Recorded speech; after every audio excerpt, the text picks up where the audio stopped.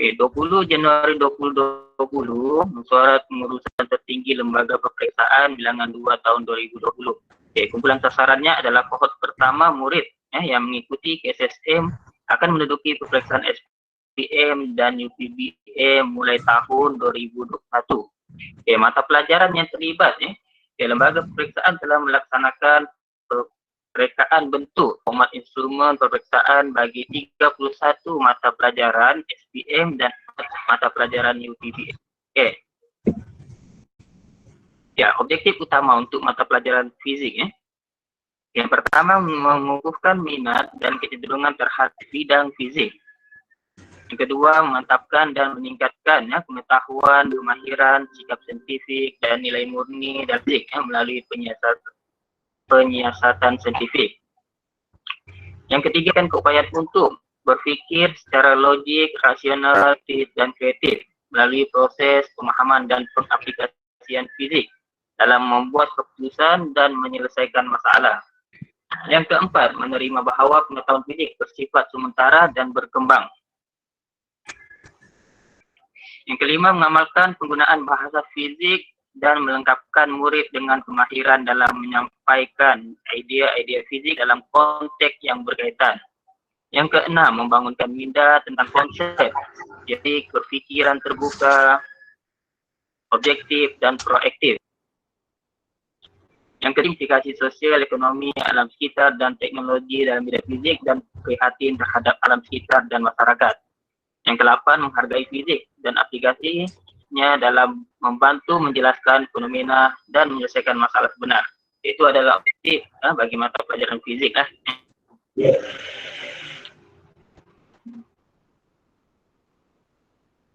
Objektif pentaksiran mata pelajaran fizik.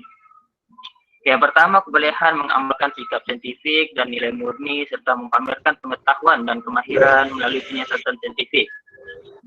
Yang kedua, kebolehan mengingat kembali pengetahuan fizik.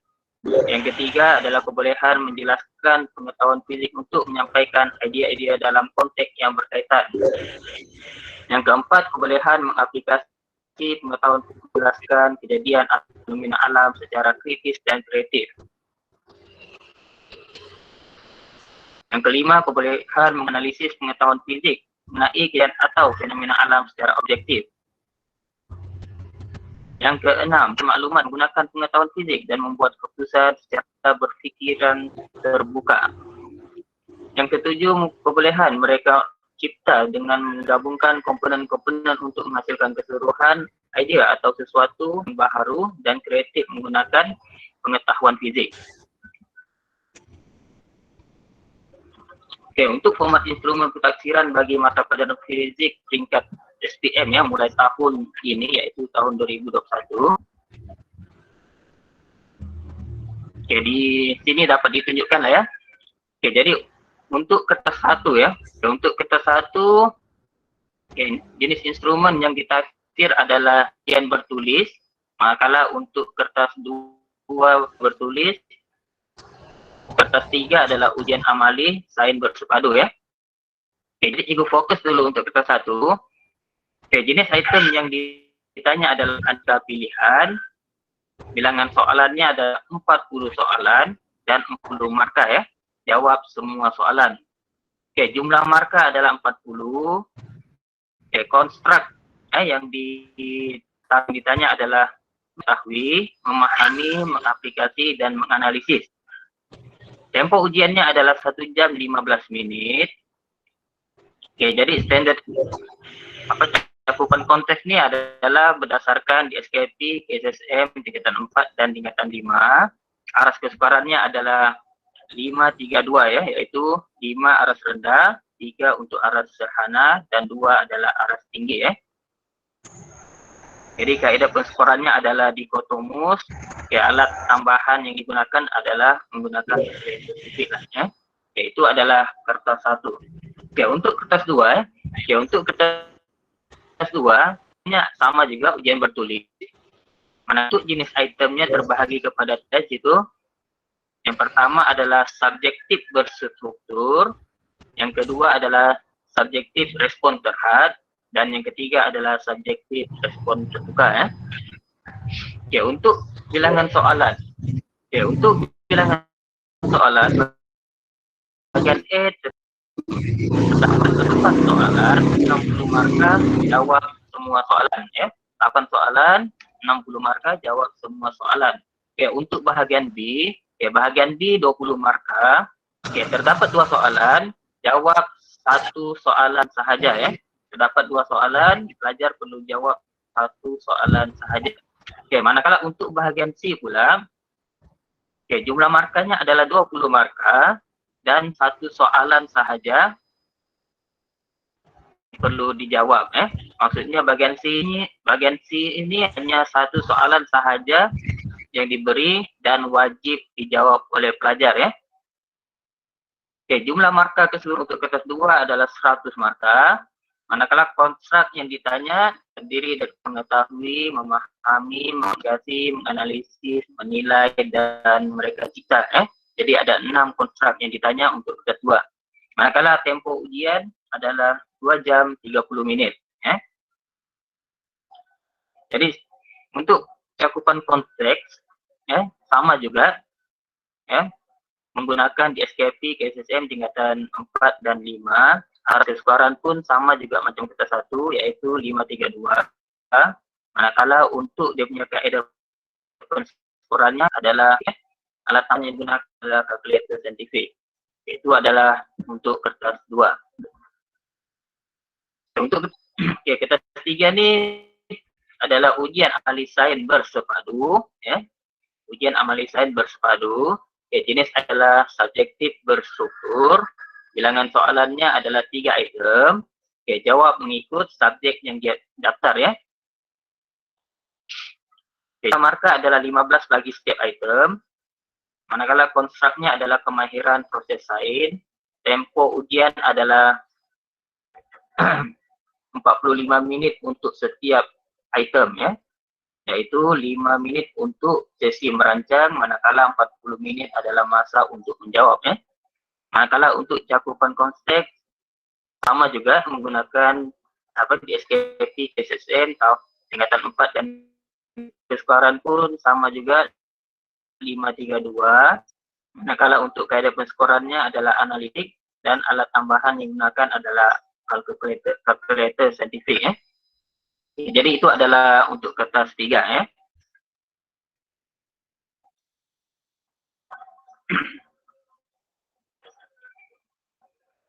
Oke, jadi ini adalah format penafsiran bagi mata pelajaran fizik ya, peringkat SPM mulai tahun 2021.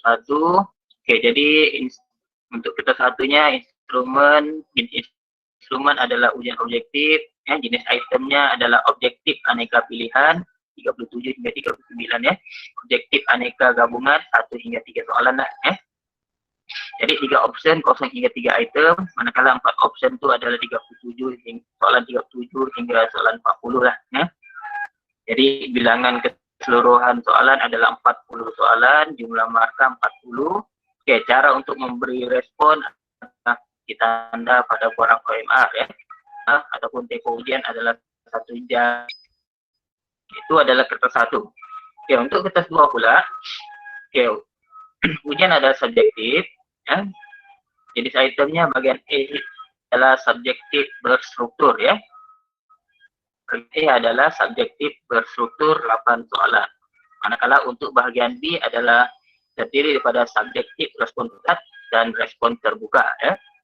Oke, sama juga untuk bahagian C, subjektif respon terhad dan respon terbuka. Oke, bilangan soalan ya. Bagian E 8 item yaitu jawab semua soalan. Bagian B 2 item ataupun 2 soalan, pilih salah satu. Manakala bagian C 1 item wajib ya dijawab. Jadi jumlah markah keseluruhannya adalah 100 markah ya. Jadi cara memberi respon. Oke, untuk bagian E ditulis pada ruang dalam kertas soalan, bahagian B dan bahagian C ditulis pada ruang dalam kertas soalannya.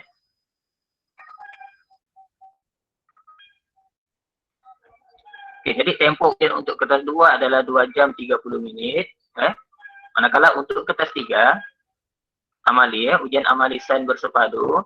Jenis itemnya adalah subjektif berstruktur. dengan soalannya adalah tugasan amali wajib. Markanya adalah 15 marka ya. Jadi cara memberi respon ditulis pada ruang dalam kertas soalan, masanya adalah 45 menit ya. Oke, jadi ini hanya untuk fizik saja ya. Oke, ini adalah wajaran konstrak ya. Oke, untuk kertas 1 ya 15 soalan untuk mengingat, 15 soalan lagi adalah untuk memahami, mengaplikasi 6 soalan dan menganalisis adalah 4 soalan ya. Jumlahnya adalah 40 soalan untuk kertas 1 ya. Jadi contoh item dasar konstrak ini nanti ditunjukkan kertas soalan nanti. Oke, manakala pemarkahannya adalah dikotomus ya, konstrak cakupan, konstrak gigi taksir bidang pembelajaran ya. Manakala untuk arah sukarannya adalah 532 ya. Jadi peagihan markanya itu oke, untuk rendah 20 marka, untuk sederhana 12 marka, dan untuk aras tinggi 8 marka ya. Alat yang digunakan kalkulator saintifik. Oke, untuk kertas 2 pula ya. Oke, wajaran konstraknya untuk mengingat 10 hingga 15 ya marka ya, 10 hingga 15 marka. Manakala untuk memahami 15 hingga 20 marka, soalan untuk mengaplikasi adalah 24 marka, menganalisis 15 marka, menilai 15 marka, dan mencipta 16 marka. Jadi jumlah keseluruhan marka untuk kertas 2 adalah 100 marka ya. Oke, pemarkahan secara analitikal berdasarkan rubrik penskoran ya. Untuk cakupan konstraknya ya, ditaksir pada semua bidang pembelajaran. Jadi untuk arah kesukarannya ya, untuk rendah 50 marka ya, sederhana 30 marka, dan arah tinggi adalah 20 marka. Yaitu adalah pembahagian marka mengikut arah ya, kesukaran. Jadi kalkulator saintifik adalah alat tambahan yang digunakan. Oke, manakala untuk kertas 3 pula ya, kemahiran proses sains ya, jumlah markanya 15 marka lah ya. Oke, pemarkahannya secara analitikal berdasarkan rubrik penskoran. Konstrak yang ditaksir pada semua bidang pembelajaran. Pembahagian untuk aras ya, mengikut arah. Untuk rendah 7 hingga 8 marka, sederhana 45. Manakala untuk aras tinggi 3 marka ya. Jadi alat tambahan yang digunakan adalah saintifik. Adalah pecahan ya.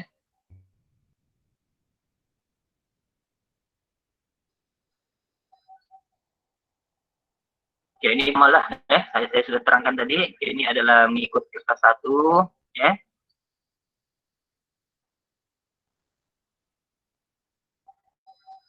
Oke, ini adalah kertas 2, saya sudah terangkan juga tadi ya.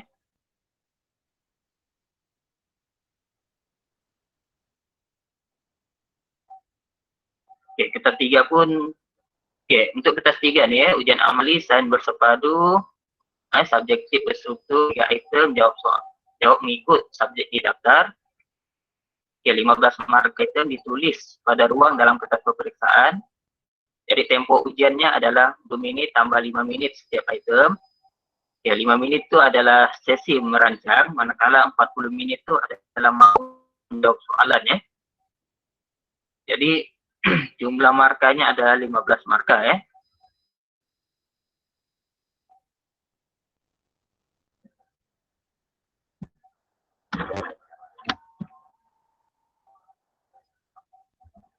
Oke, ini adalah senarai elemen ataupun konstrak indikatif bagi mata pelajaran fizik ya, tingkat SPM tahun 2021. Oke, terdapat 9 elemen ya, terdapat 9 elemen ya, yang ditaksir dalam mata pelajaran fizik ya. Yang pertama adalah kemahiran proses sains ya. Oke, yang kedua adalah kemahiran manipulatif. Elemen yang ketiga adalah sikap saintifik dan nilai murni. Elemen yang keempat adalah mengingat. Elemen yang kelima memahami. Yang keenam adalah mengaplikasi. Yang ketujuh adalah menganalisis. Yang delapan adalah menilai. Dan yang kesembilan adalah mencipta ya. Jadi 9 elemen yang ditaksir ya dalam mata pelajaran fizik. Oke, untuk setiap elemen terdapat pula aspek ya. Oke, untuk kemahiran proses sains terdapat 12 aspek yang akan ditaksir lah ataupun yang ditanya ya. Terdapat 12 ya. Oke, jadi kemahiran proses sains ini lebih tertumpu kepada kertas 3 lah ya. Oke, manakala untuk kemahiran manipulatif terdapat 6 ya, terdapat 6 aspek yang ditanya, yaitu menggunakan mengendali peralatan sains dan bahan, mengendalikan spesimen, melakar spesimen dan bahan peralatan sains dan bahan, menyimpan peralatan sains dan bahan, nilai murni, menggunakan dan mengendalikan peralatan sains dan bahan ya. Itu adalah kemahiran manipulatif ya. Ini dalam kertas 3 lah ya, amali. Oke, manakala untuk mengamal sikap saintifik dan nilai murni ini sama juga digunakan dalam kertas 3 ya. Oke, untuk elemen mengingat ya.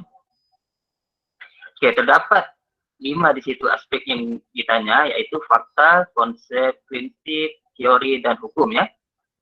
Jadi untuk mengingat nih, kertas 1 dan kertas 2 memang wajib lah ya. Kertas 1 dan kertas 2 itu memang ada soalan untuk elemen mengingat ya.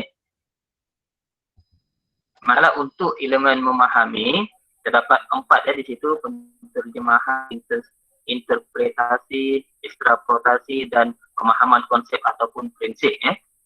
Ini adalah aspek yang ditanya dalam elemen memahami ya. Manakala untuk elemen mengaplikasi, ya aplikasi pengetahuan secara kualitatif, dan aplikasi pengetahuan secara kuantitatif ya. Itu adalah elemen untuk mengaplikasi ya. Manakala untuk menganalisis, bahan mengenal pasti ciri sekunya dan pemboleh ubah yang terlibat, menganalisis ciri sekunya dan hubungan pemboleh ubah, dan mensintesis ciri sekunya dan hubungan pemboleh ubah untuk membina suatu konsep fizik. Oke, jadi menganalisis ini lebih kepada itulah ya, mengenal pasti ciri sekunya, pemboleh ubah yang terlibat, menganalisis ciri sekunya dan hubungan pemboleh ubah, mensintesis ciri sekunya dan hubungan pemboleh ubah untuk membina suatu konsep fizik Manakala untuk elemen menilai pula, kebolehan mengenal pasti matlamat menganalisis dan menilai semua alternatif penyelesaian masalah, memilih alternatif yang paling sesuai dengan matlamat untuk membuat keputusan dan menyatakan justifikasi keputusan yang diambil. Manakala untuk elemen mencipta, aspek yang ditanya adalah kebolehan mencipta dan menggabungkan komponen untuk menghasilkan keseluruhan idea atau sesuatu yang baru Oke, jadi ini adalah mencipta elemen untuk mencipta Oke, contoh item bagi mata pelajaran fisik tingkat SPM mulai tahun 2021 ke 1. Oke, ini adalah muka hadapan lah ya, muka hadapan SPM fisik ke 1 Ini adalah contoh soalan mengingat ya. Contoh soalan mengingat.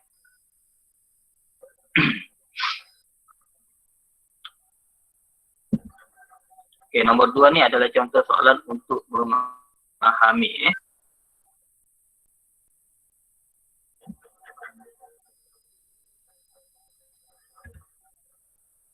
Manakala soalan nomor 3 ini adalah contoh soalan aplikasi Oke, jadi biasanya soalan untuk mengaplikasi ini lebih kepada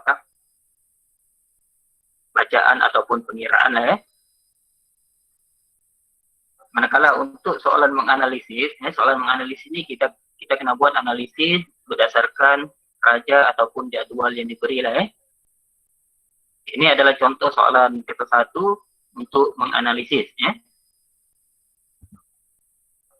Oke, manakala untuk kertas 2 pula Oke, untuk kertas 2, di sini cikgu ingin tunjukkanlah perbezaan marka ataupun perbezaan marka untuk KSSM dengan KBSM Oke, semasa KBSM dahulu, soalan nomor 1 hingga nomor 3 markanya 4, 5, 6 sama juga lah dengan KSSM sebelah kiri itu adalah contoh ataupun marka untuk KSSM Manakala perubahan di situ soalan nomor 4 hingga soalan nomor 8 ya, di situ BBSM dahulunya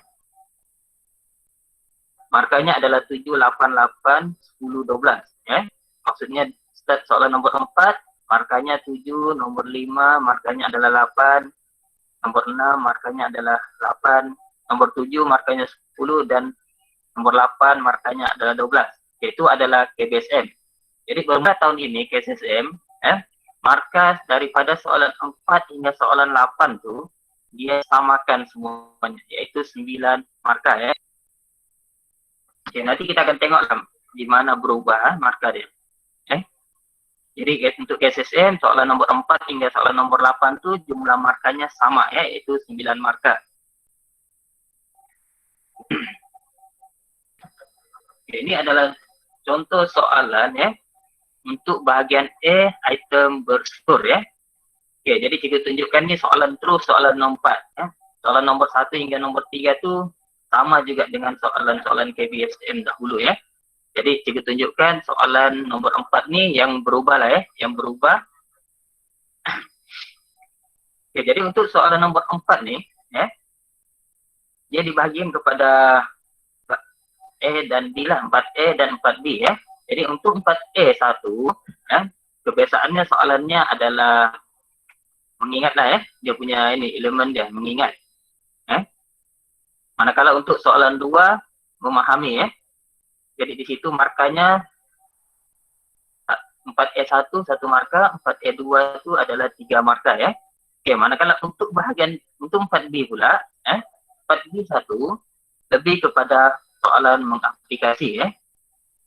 Oke, markanya adalah 2 marka, dan manakala untuk 4B2 soalan mengaplikasi juga ya, markanya adalah 3 marka. Jadi kita akan tengoklah dia punya contoh soalan ya. Oke, jadi untuk soalan 4E1, oke, 4E1 ni adalah soalan untuk mengingat ya. Jadi lebih kepada kemahiran pelajar untuk mengingat ya. Manakala untuk soalan 4E2 ya, lebih kepada soalan memahami ya. Markanya pun 3 marka ya. Jadi di situ pelajar kena terangkanlah ya apa yang mereka paham ya, melalui konsep-konsep fizik dan prinsip lah ya. Oke, manakala untuk soalan 4B1 ya, 4B1 ini adalah soalan mengaplikasi ya. Biasanya untuk 4B1 ini dia lebih kepada pengiraan ya. Kalau dahulunya adalah lebih kepada apa? Kalau masa KSSM soalan 4B ini biasanya lebih kepada membuat perbandingan ya. Yaitu lebih besar, lebih kecil ya. Tapi masa KSSM ni dia telah ubah, 4B1 ni dia lebih kepada soalan pengiraan ya. Jadi di sini untuk pengiraan ni jawapan mesti betul dan unit mesti betul ya. Maksudnya di sini dia tidak tunjukkan unit, jadi pelajar kena jawab jawapannya mesti betul dengan unitnya sekali ya. Jadi di sini 2 marka lah ya, 2 marka untuk soalan 4B1 mengaplikasi. Oke, manakala untuk 4B2 pula, 4B2 soalan pengiraan juga ya, aplikasi. Tapi di sini dia bezanya dengan 4B1 tadi, di sini dia telah bagi unit ya. Dia telah bagi unit dan pelajar hanya perlu cari jawapan sahaja berdasarkan unit yang diberi. Maksudnya di sini pelajar kena betul-betul lah membuat pengiraan ya berdasarkan unit yang diberi. Jadi markanya di sini adalah 3 marka ya.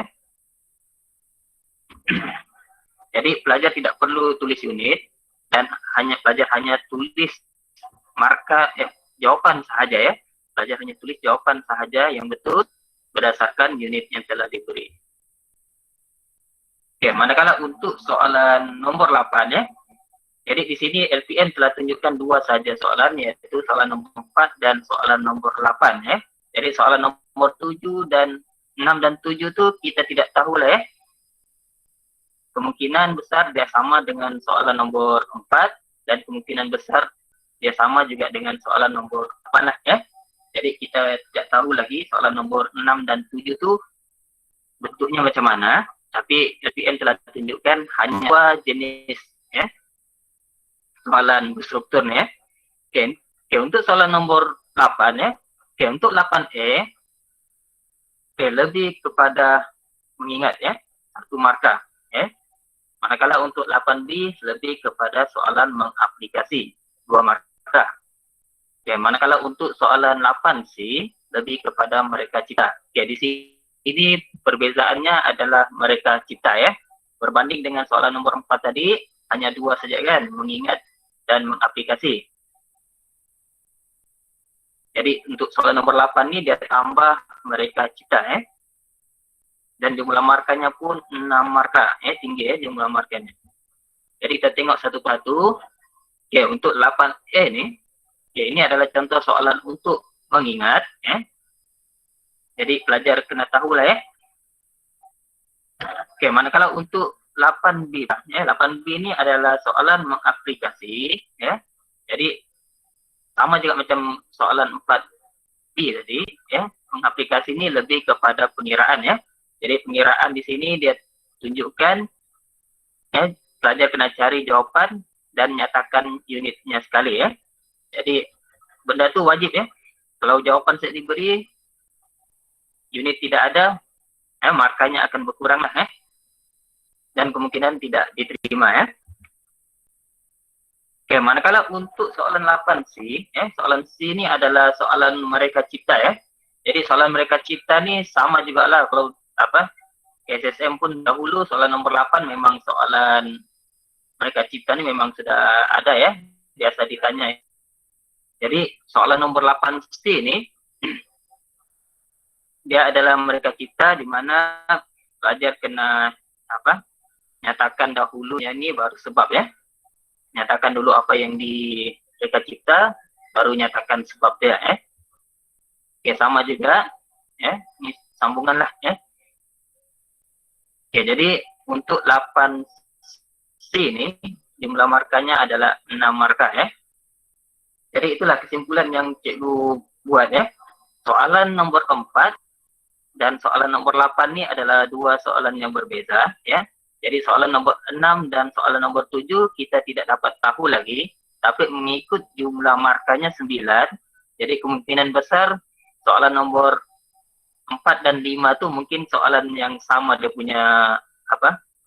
Format dia. Dan soalan nomor 7 dan nomor 8 itu kemungkinan besar formatnya pun sama 7 dan 8 mereka cipta. Jadi kita tidak tahu lagi ya, mengikut inilah LPM lah ya. Jadi dapat cikgu jelaskan di sini dua perubahan yang dapat tunjukkan lah soalan nomor 4 dan soalan nomor 8 ya.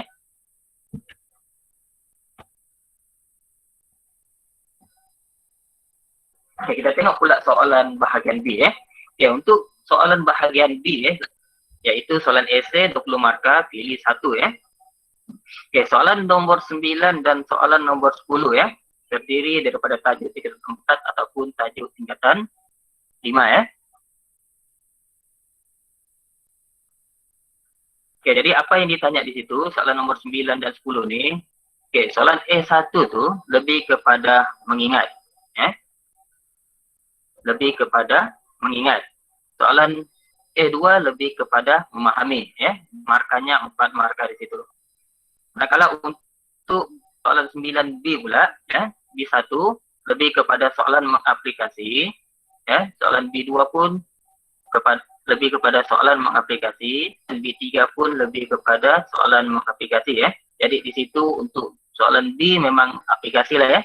Jadi di situ jumlah markanya adalah 5 ya. Jadi untuk 9E dan B ini dikenali sebagai item respon terhad ya. Ya, manakala untuk soalan 9C pula ya, soalan C adalah soalan menilai. Ya, markanya adalah 10 markah. Dan soalan 9C ini adalah jenis item respon terbuka ya.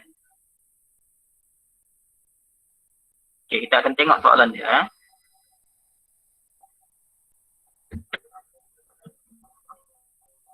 Oke, jadi apa itu respon terhad dan respon terbuka ya? Oke, jadi untuk respon terhad, ya menghadkan apa yang harus dijawab berdasarkan skop yang disoal, ya. Itu adalah respon terhad, ya. Maka untuk respon terbuka, pelajar memberi bahasan yang luas kepada calon, ya, menggunakan pelbagai pendekatan yang difikirkan sesuai dengan kehendak soalan, ya. Ya, maksudnya di sini untuk respon terhad, ya, menghadkan apa yang harus dijawab berdasarkan skop yang disoal, manakala untuk respon terbuka memberi kebebasan kepada pelajar ataupun calon menggunakan pelbagai pendekatan yang dipikirkan sesuai dengan kehendak soalan. Yaitu perbezaan, ya, item respon terhad dan respon terbuka, ya.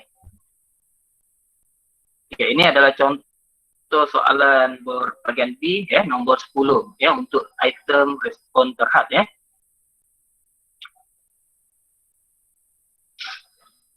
Oke, jadi soalan 10E1 ini adalah contoh soalan mengingat, ya. Contoh soalan mengingat. Manakala untuk soalan 10E2, jumlah markanya itu 4 marka, yaitu lebih kepada memahami, ya. Jadi memahami ini lebih kepada penerangan lah, ya, terhadap konsep fizik yang pelajar, ya, tahu, ya. Ya, manakala untuk soalan B1, ya, soalannya adalah soalan mengaplikasi, ya. Jadi mengaplikasi dalam, ya, dalam bagian B ini lebih kepada pengiraan, ya. Lebih kepada pengiraan, ya. Ya, sama juga untuk soalan nomor 2 nih, lebih kepada pengiraan di aplikasi, ya. Dan soalan nomor 3 pun sama juga, ya. Lebih kepada soalan mengaplikasi, ya. Di situ dia suruh hitungkan perbedaan tekanan di antara permukaan atas dengan bawah sayap kapal terbang itu, ya. Jadi pelajar kena hitung lah, ya. Oke, manakala untuk bahagian untuk soal solusi, ya, ini adalah item respon terbuka, ya. Jadi item respon terbuka untuk soalan nomor 10 nih, ya.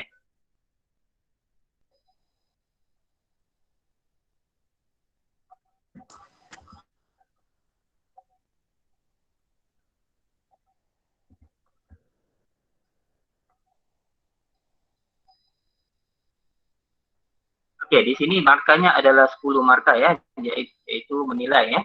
Jadi yang ini pun soalan begini memang pelajar biasa buat juga, ya. Oke, jadi ini contoh dia punya jawaban lah, itu jawaban dia. Di mana pelajar kena buat jadwal lah, ya. Yaitu sebelah kiri itu adalah aspek dan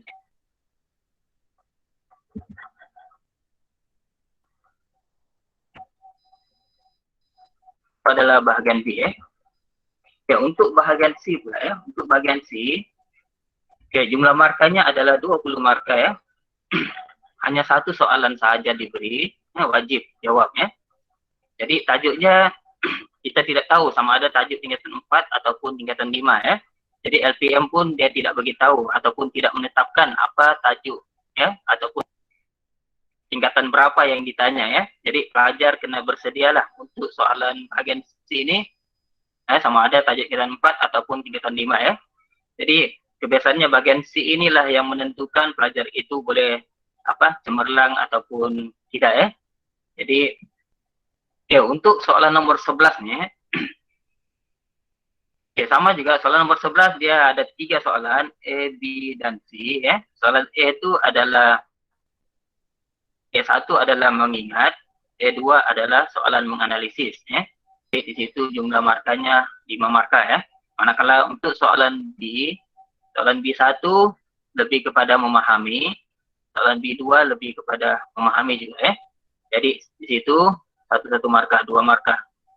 Jadi soalan E dan B itu adalah soalan untuk item respon terhad, ya. Manakala untuk soalan 11C, ya. Ya, untuk soalan 11C adalah soalan mereka cipta, ya. Ya, jadi soalan mereka cipta nih markanya adalah 10 marka dan dia adalah item respon terbuka, ya. Ya, kita akan tengok contoh soalan dia.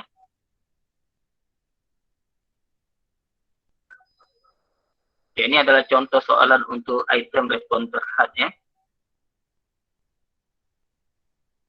Oke, soalan E1 ya. Oke, E1 itu lebih kepada mengingat. Soalan E2 kepada menganalisis ya. Oke, menganalisis ini kita kena buat analisis berdasarkan apa gambar lah ya, gambar aja yang diberi.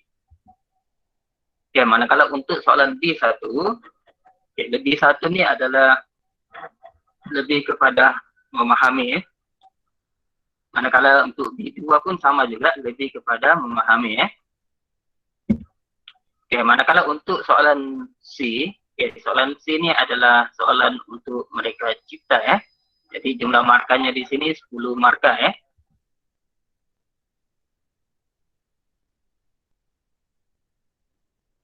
Oke, jadi itu adalah ini ya. Oke, untuk kertas 3 ya. Oke, jadi untuk kertas 3, oke, konsep meditasi dalam instrumen sepadu amali sains merangkumi kemahiran proses sains ya. Jadi mengandungi 3 soalan item, yaitu ya, item bagi mata pelajaran fizik, item bagi mata pelajaran kimia, dan 1 item bagi mata pelajaran biologi ya. Maksudnya ketiga-tiga subjek ini telah digabungkan ya, dan dinamakan sebagai amali bersepadu ya, ujian amali bersepadu. Jadi setiap item ataupun setiap mata pelajaran itu diberikan masa 45 menit lah ya. 45 menit setiap satu mata pelajaran ya.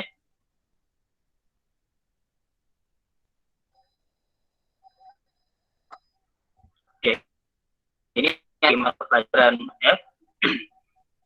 KBSM dengan KBSM. Apa perbezaannya ya? Oke, jadi untuk kertas 1 KBSM, oke, jenis instrumennya adalah sama dengan kertas 1 KBSM ya, ujian objektif, di situ tidak ada perubahan. Manakala untuk jenis item pun tidak ada perubahan di situ ya, yaitu item objektif, aneka pilihan, dan aneka gabungan ya. Dan setiap item pun mempunyai 3 pilihan jawaban ya, ABC ataupun 4 pilihan jawaban ABCD ya. Jadi tidak ada perubahan di situ ya. Manakala untuk bilangan soalannya, oke, dahulu masa KBSM jumlah soalannya ada 50 marka ya. Manakala untuk kertas 1 KBSM tahun ini jumlah soalannya adalah 40 soalan ya. Oke, jadi di situ pengurangan 10 soalan ya. Manakala untuk markanya pun sama juga ya, markanya untuk KBSM 50 marka, untuk KBSM menjadi 40 marka ya. Oke, cara memberi respon menggunakan OMR ya, tidak ada perubahan untuk kedua ya, KBSM dan KSSM. Oke, untuk tempo ujian juga, tempo ujiannya tidak ada perubahan juga ya, yaitu 1 jam 15 menit ya, di mana calon memerlukan lebih banyak masa untuk menjawab item kebat ya. Jadi itulah kenapa 40 soalan untuk KSSM, asal dalam soalan KSSM telah ditambah item kebat ya.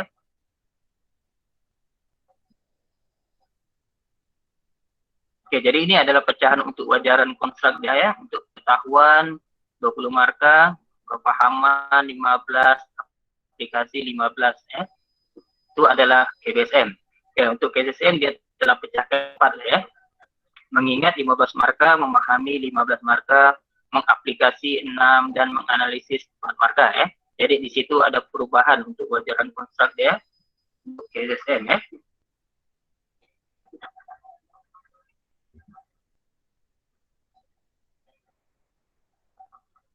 Oke, dari segi pemarkahannya sama juga ya, menggunakan kaidah dikotomus, yaitu marka 1 ataupun kosong ya. Maksudnya kalau betul 1, kalau salah kosong lah ya. Oke, manakala cakupan untuk konstruk dia ditafsir pada semua bidang pembelajaran ya, itu tidak ada perubahan ya untuk KSSM dengan KBSM. Ya, alat yang tambahnya digunakan pun tidak ada perubahan, yaitu menggunakan kalkulator saintifik ya. Itu adalah perbezaan kertas 1 dan kertas 2. Ya, untuk aras kesukarannya pun sama juga 532, cuma di situ agihan markanya itu telah berubah ya. Maksudnya di sini untuk KSSM markanya 20 12 8 ya. Manakala untuk KBSM di situ 25, 15, 10 di situ perubahan markanya ya. Oke, kita lihat pula perbedaan antara kertas KBSM dengan KSSM. Oke, instrumen yang ditanya adalah sama juga ujian subjektif ya bagi kedua-dua ya, KBSM dan KSSM. Oke, jenis item tidak berubah juga. Bagian E adalah subjektif berstruktur ya. Oke, bagian B sama juga subjektif respon terhad dan respon terbuka.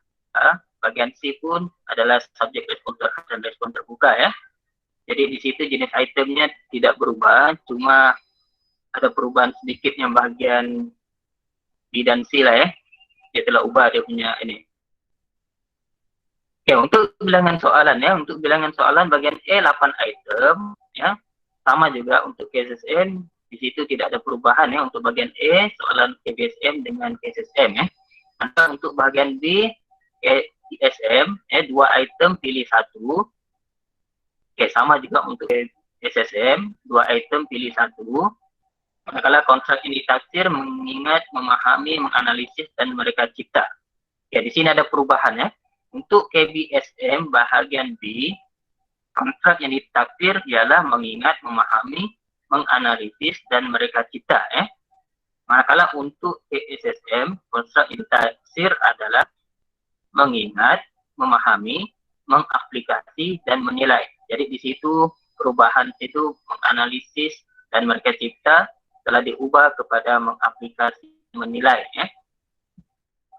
Oke, dahulunya biasanya untuk mengaplikasi dan menilai di bahagian B lah ya untuk KBSM. Dia telah ubah ke bahagian B ya.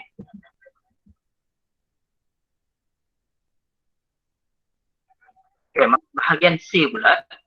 C KBSM diberikan 2 item, pilih 1 ya. Maksudnya bagian C pada apa? KBSM dahulu diberikan 2 soalan, pilih salah satu. Oke, konsep yang ditaksir ialah mengingat, memahami, mengaplikasi dan menilai ya. Dan di sini ada perubahan untuk KSSM ya. Oke, untuk bagian C KSSM hanya diberikan 1 item ya, ataupun 1 soalan sahaja, wajib dijawab ya, tidak ada pilihan ya. Oke, konsep yang ditaksir ialah mengingat, memahami, menganalisis dan mencipta. Oke, jadi di situ perubahan ya. Maksudnya di sini tidak sama lah ya. Dia telah ubah daripada mengaplikasi dan menilai, ubah kepada menganalisis dan mencipta di situ ya.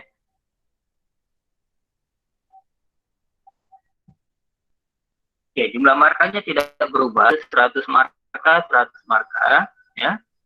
Jadi bagian E 60 marka, bagian B 20 marka dan bagian C 20 marka. Jumlahnya 100 marka ya. Oke, cara memberi respon.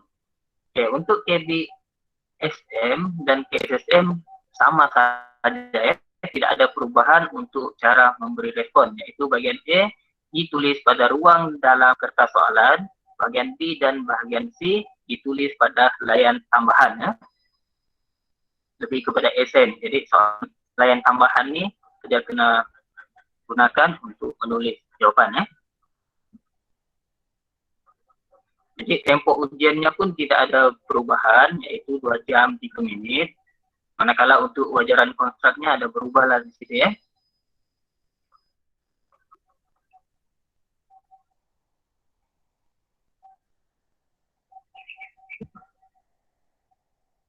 Oke, dari segi pemarkahan ya, kertas 2 KBSM dan KBSM tidak ada perubahan, yaitu pemarkahan secara analitikal berdasarkan rubrik keskoran. Oke, cakupan konstrak ditaksir pada semua bidang pembelajaran. Oke, alat tambahannya adalah menggunakan kalkulator saintifik ya. Manakala untuk aras kesukaran net tidak ada perubahan ya, 532 ya. Jadi aras kesukaran ditetapkan masih dapat mendiskriminasikan calon yang berprestasi tinggi, sederhana dan memberi peluang kepada calon mencapai berpencapaian rendah untuk tahap penguasaan mereka ya. manakala untuk perubahannya berbeza antara kertas 3 KBSM dengan dahulu KBSM, masa KBSM ujian adalah sains, ya. Manakala untuk kertas 3 KSSM ujian amali sains bersepadu, ya. Jadi itu adalah perubahan. Jadi instrumen ini dapat mentaksir tahap penguasaan calon dalam aspek penyelesaian masalah secara penyiasatan saintifik, ya. Jadi instrumen ini sesuai untuk mentaksir kemahiran saintifik calon secara amali. Oke, jadi itu ada perubahan, ya, untuk KBSM dengan KSSM. Manakala untuk jenis item dia, ya, semasa KBSM jenis itemnya adalah subjektif berstruktur dan subjektif respon terbuka, ya. Manakala untuk kertas 3 KSSM, ya, tugasan amali berpandu dan tugasan amali tidak berpandu, ya. Jadi item subjektif bertujuan mentafsir kemahiran proses sains calon, ya. Jadi tugasan amali berpandu sesuai dengan anak yang mudah untuk mengarahkan calon melakukan konstrak yang ditafsir, ya. Jadi tugasan amali berpandu juga bertujuan untuk mentafsir konstrak yang lebih kompleks untuk memberikan peluang kepada calon daripada kumpulan pencapaian rendah menunjukkan tahap penguasaan mereka. Jadi tugasan amali tidak berpandu bertujuan untuk menguji calon merancang bagi menjalankan penyiasatan, memilih teknik serta alat dan bahan, menjalankan aktiviti untuk mengumpul, merekod, mentafsir data dan membuat laporan tentang penyiasatan atau mereka bentuk eksperimen.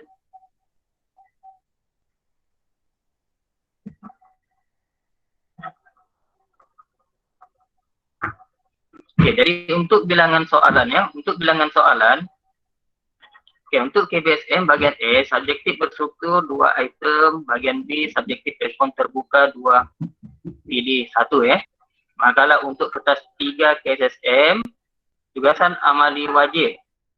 1, tugasan amali wajib adalah mencukupi untuk mentafsir 12 aspek dalam kemahiran proses sains. Jumlah markah, untuk jumlah markah kertas 3 KBSM adalah 40 markah. Manakala untuk kertas 3 KSSM 15 markah sahaja, ya. Tentukan markah sesuai dengan bilangan item dan konstrak kemahiran proses sains yang ditaksir. Okay. Untuk cara memberi respon, ya, KSSM ditulis pada ruang dalam kertas soalan. Manakala untuk kertas 3 KSSM ditulis pada ruang dalam kertas soalan, ya, tiada perubahan di situ. Manakala untuk tempoh ujian, kertas 3 KBSM 1 jam 30 menit. Manakala untuk kertas 3 KSSM 45 menit, ya. Jadi di situ 5 menit yang digunakan untuk menyemak senarai semak hadaf bahan, membaca soalan dan merancang kerja. 40 menit berikutnya untuk menjalankan amali, ya. Jadi setiap pelajar hanya 40 menit sahaja untuk setiap subjek, ya.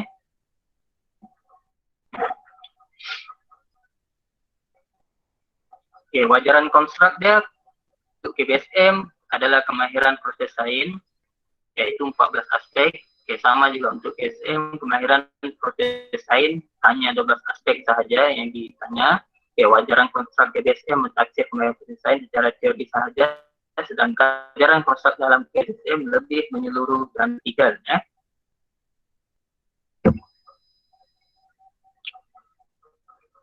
Oke, taburan item dibuat berdasarkan penekanan dalam dokumen standard kurikulum dan taksiran di SKP. Jadi konsep yang paling sesuai untuk digunakan tugasan amali berpandu dan tidak berpandu, ya. Memantapkan soalan bercorak kebal.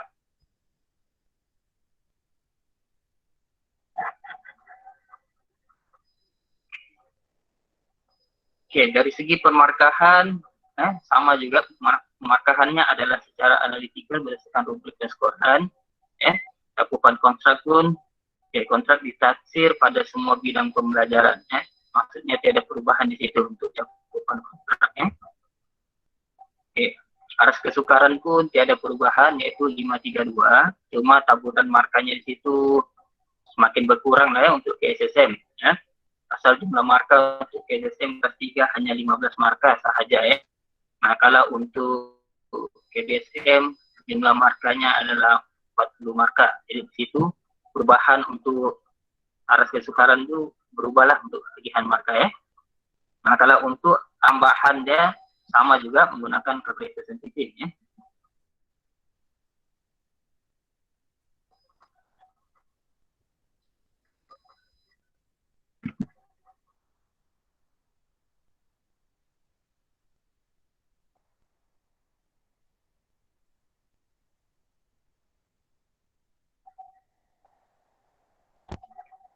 Oke, ada soalan nggak? Boleh tanya.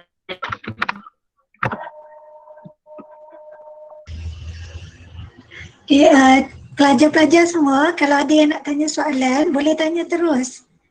Jadi kan teacher dah beritahu, ada sesuatu yang nak tanya. Oke juga kayak gini.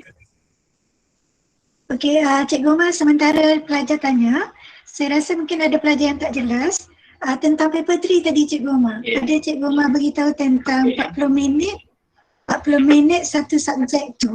Cuba Cikgu Mas jelaskan macam mana apa maksud 40 minit satu subjek, sebab dia kan combine 3 subjek serentak kan Mas Amali.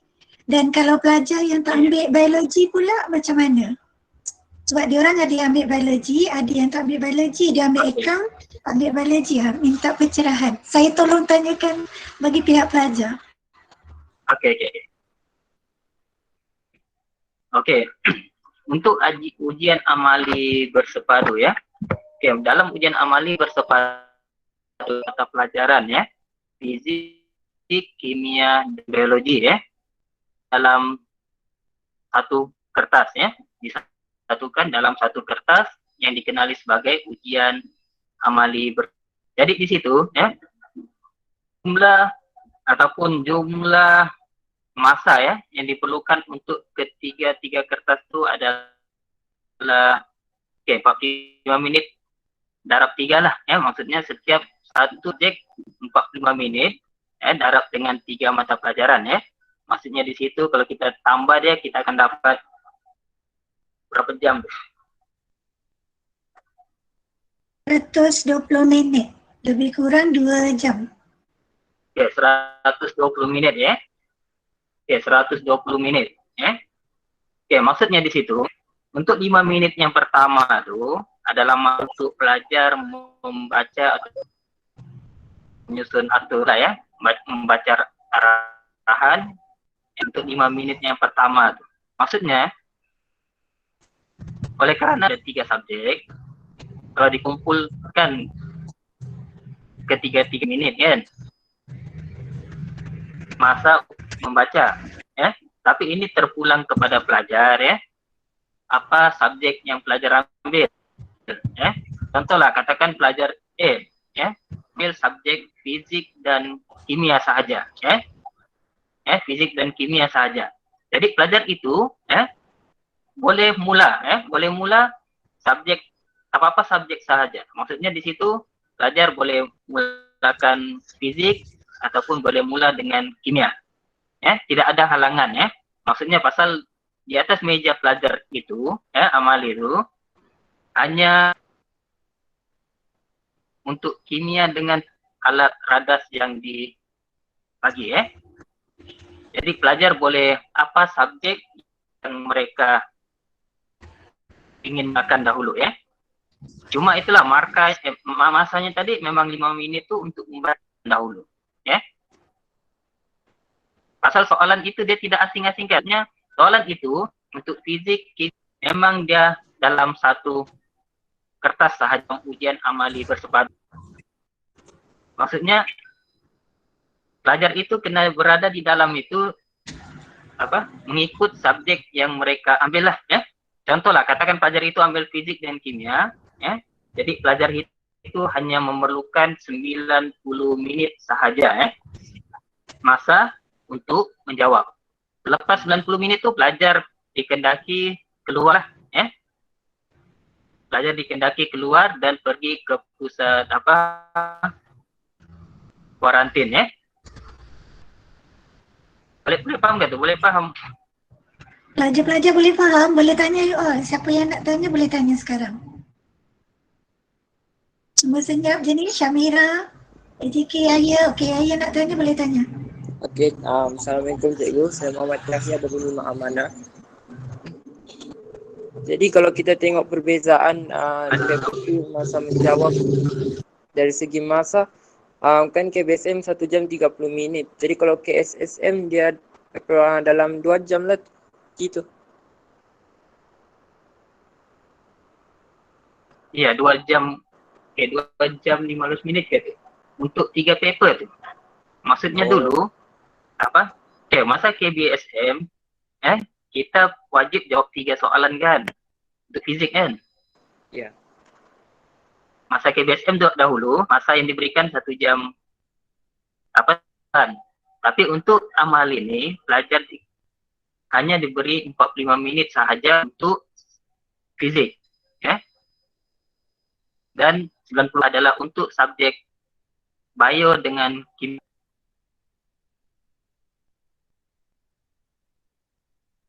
Boleh paham kan? Okey Cikgu. Okey, kalau teacher boleh jelaskan sedikit, nanti Cikgu Omar betulkan teacher kalau saya salah ya Cikgu Omar. Maksud Cikgu Omar tadi, waktu pelajar semua bila masuk di dalam makmal, atas itu akan ada 3 fizik bio. Kalau ambil 3, kalau ambil fizik Soalan kimia, tu fizik memang kimia satu atas kali. meja. Dia 1 kali. Alat-alat pun semua dah siap atas meja. Soalan tu memang Soalan pun 3 1 kali. Yes, itu maksud Cikgu Umar tadi. Tapi walaupun macam tu 40 minit satu subjek kan Cikgu Umar? Ya, 40 minit satu subjek. Jadi itu ambil fizik dengan bio saja.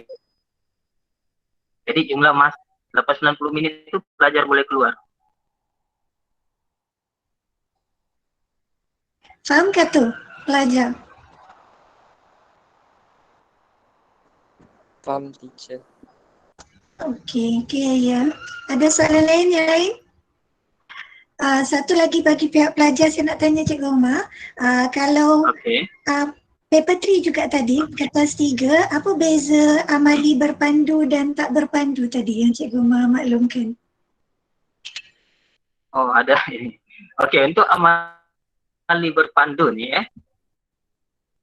dan tidak berpandu kan. Okay, untuk amali berpandu, M telah membuat soalan itu mengikut dia punya ini lah, maksudnya ada kaedah sudah ada sudah rada, maksudnya itu hanya saja apa yang diberikan oleh LPM dan mereka boleh membuat amali. Maksudnya macam kita buat amali di makmal lah kan, biasanya kalau semasa kita buat amali biasa di makmal, kita ada sudah kaedah kan, kita hanya cari boleh ubahnya dengan analisis keputusan saja dan graf. Oke, maksudnya begitulah untuk amali berpandu. Maksudnya soalan telah diberi jadi pelajar hanya ikut saja arahan yang diberi oleh soalan tersebut dan terus membuat amali dan jawab soalan yang diberi lah. Maksudnya soalan yang diberi oleh LPM itu pelajar kena jawab. Itu adalah dia dah bagi arahan. Dia dah bagi arahan prosedur kan? Ya. Kaedah semua. Prosedurnya dia telah bagi. Pelajar hanya ikut dan cari jawapannya saja. Dan jawab soalan lah, ada soalan yang diberi di dalam tu, pelajar kena jawab lah. Manipulasi, semua tu pelajar kena jawab. Itu adalah untuk yang berpandu. Untuk yang tidak berpandu pula, LPM hanya memberikan sahaja bahan, tujuan eksperimen dengan situasi dia, soalan.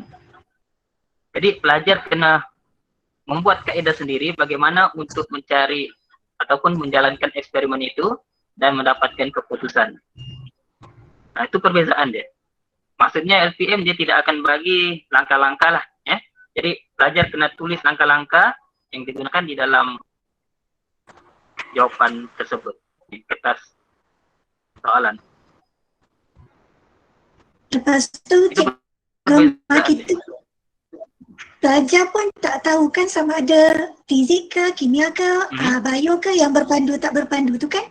Dia boleh sama ada fizik, berpandu, Iya, kimia tak itulah berpandu macam misal tu. kami diberitahu hari itu pun soalan untuk yang ya nasib-nasib lah. Kalau tahun ini fisik, ya dia bertukar-tukar.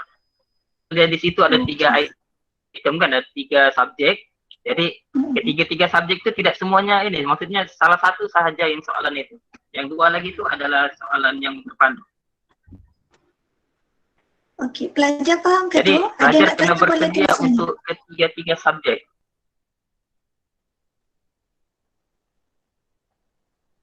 Ada soalan pelajar-pelajar faham ke tu? Saya Boleh berharap tanya fizik sekarang. tahun ini tidak keluar lah yang tidak pandu ya. Ya.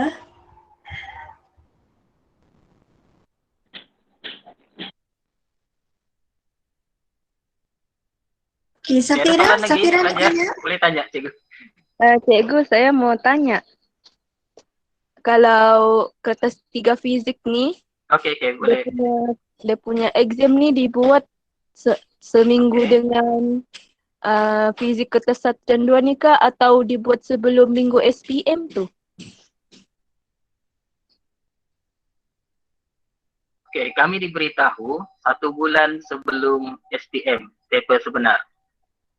Contohlah, katakan SPM kamu tahun ini bulan 1, jadi bulan 12 itu sebelum cuti itu mungkin adalah Sedatul Amali untuk kertas 3.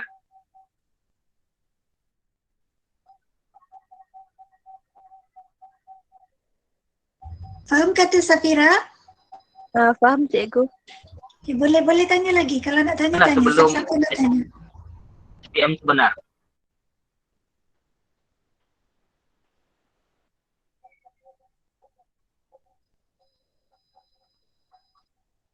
Okey, pelajar-pelajar lain ada Dan yang nak satu lagi tanya? ya, untuk kertas 3 ni wajib pelajar ikuti ya. Sekiranya pelajar tidak ikut kertas 3, kira pelajar itu tidak hadir ya untuk subjek code, ketiga-tiga subjek tersebut ya. Maksudnya untuk ujian amali ini ya wajib pelajar hadir.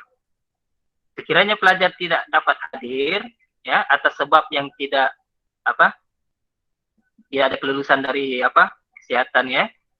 Jadi pelajar itu dikira tidak hadir masa SPM keputusan dia. Walaupun kertas 1 dan 2 pelajar itu hadir ya. Jadi ujian amal ini wajib lah ya. Wajib untuk pelajar hadir dan duduk ya.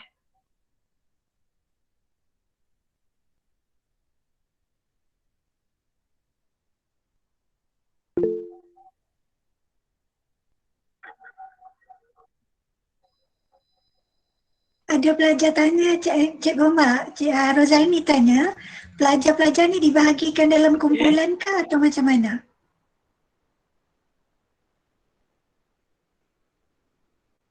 Okey, untuk ujian amal ini satu orang satulah ya. Maksudnya di situ dalam satu meja tu terdiri daripada 2 calon sahaja tu ya, ikut kapasiti makmal lah ya. Hanya satu itu hanya pelajar sahaja yang boleh duduk lah ya.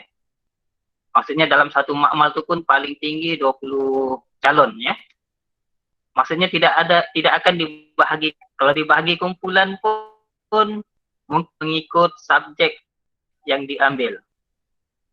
Maksudnya SU akan asingkan pelajar tersebut mengikut subjek yang diambil. Contohnya fizik dan kimia akan gabungkan dalam satu sahaja. Manakala untuk yang bio, yang 3 subjek tu mungkin di makmal yang lain. Ya, untuk kegunaan inilah ya. Guru ya, mudah guru menyediakan bahan-bahan yang digunakan. Dari segi kumpulan tu memang tidak ada kumpulan yang inilah ya.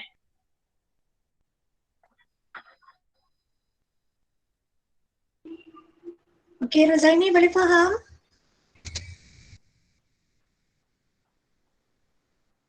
Baik, cikgu. Terima kasih faham. Okey, Rozaini di mesej je pada saya tadi, cikgu. Okey, ada pelajar lain nak tanya soalan? Iya, tergantung di mesej. Mungkin kalau lain tak kuat, mungkin diorang tak berapa ni kan, jadi diorang type mesej dalam ni. Untuk kertas dia, dua, memang okey, boleh pelajar-pelajar dibaca. ada yang nak tanya?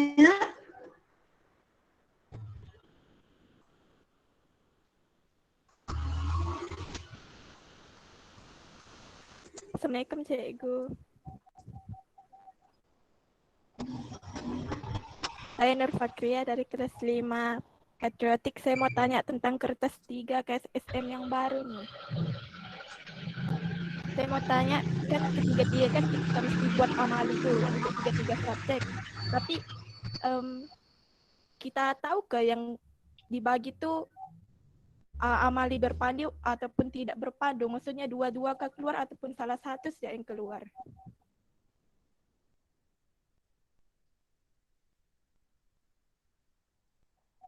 Okey, itu saja.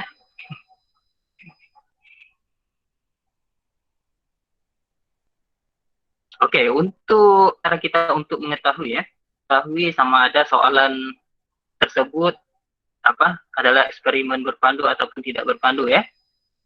Okey, jadi kebiasaannya kita akan baca dulu soalan kan.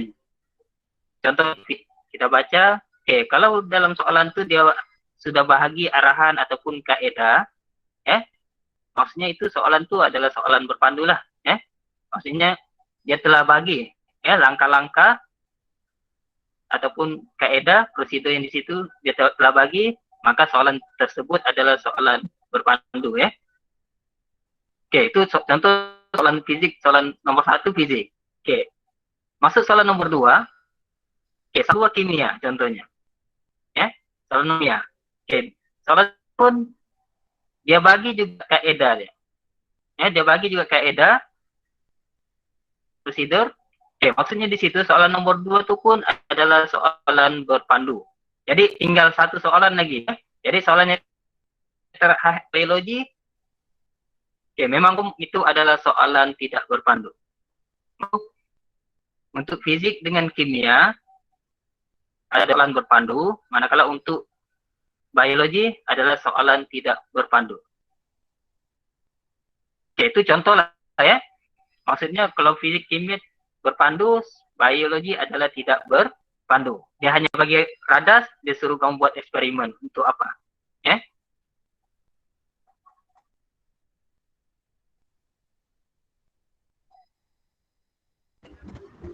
Faham ke tu, Fawaz? Paham. Paham Tapi ke saya tu? ada satu soalan lagi. Okey, boleh tanya je. Okey, boleh tanya. Jumlah markah untuk kertas 3 kan 15. Jadi 15 markah tu untuk ketiga-tiga subjek ataupun untuk salah satu subjek saja?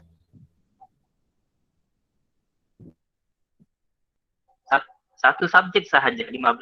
Maksudnya untuk kimia dengan bio 15 juga. Kimia 15, biologi pun 15. Dia akan asingkan. Maksudnya untuk satu subjek hanya 15 markah sahaja.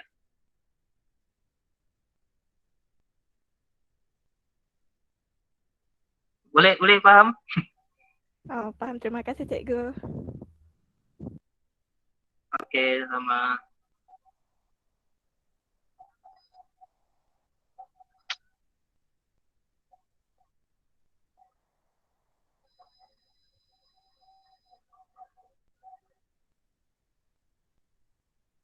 Okey, ada soalan lagi?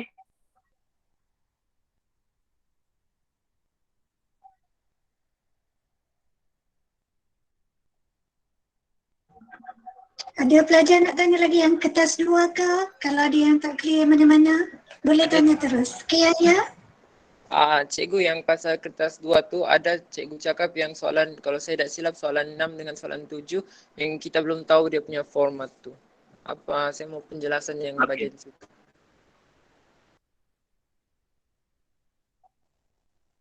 Okey, untuk soalan, oleh kerana kalau kita tengok jumlah markah sebelum tu kan, soalan nomor 4 hingga soalan nomor 8 tu jumlah markahnya 9 markah untuk ketiga 4 soalan. Jadi lembaga peperiksaan hanya bagi 2 jenis soalan saja, iaitu soalan nomor 4 dan soalan 4. Jadi soalan nomor 6 dan nomor 7 tu LPM jadi nyatakan lagi soalannya apa, tapi dapat rasa lah pasal markanya di situ 9 markah. Jadi mungkin soalan soalan nomor 4, mungkin soalan yang manakala untuk soalan nomor 7 dan 8 tuh mungkin sama, yaitu mereka cipta tuh. Ataupun mungkin soalan nomor 4, 5, 6, 4, 5, 6, 7, mungkin soalan yang sama dengan format soalan nomor 4. Ya. Jadi pelajar kena bersedia lah ya. Pelajar kena bersedia mengikut format yang soalan nomor 4 dan soalan nomor 8. Ya, tidak mustahil lah, tidak mustahil lembaga peperiksaan akan bagi soalan itu mengikut, ini akan bagi mengikut format yang diberilah, nomor 4 dan soalan nomor 8 tadi. Oke, cikgu, paham.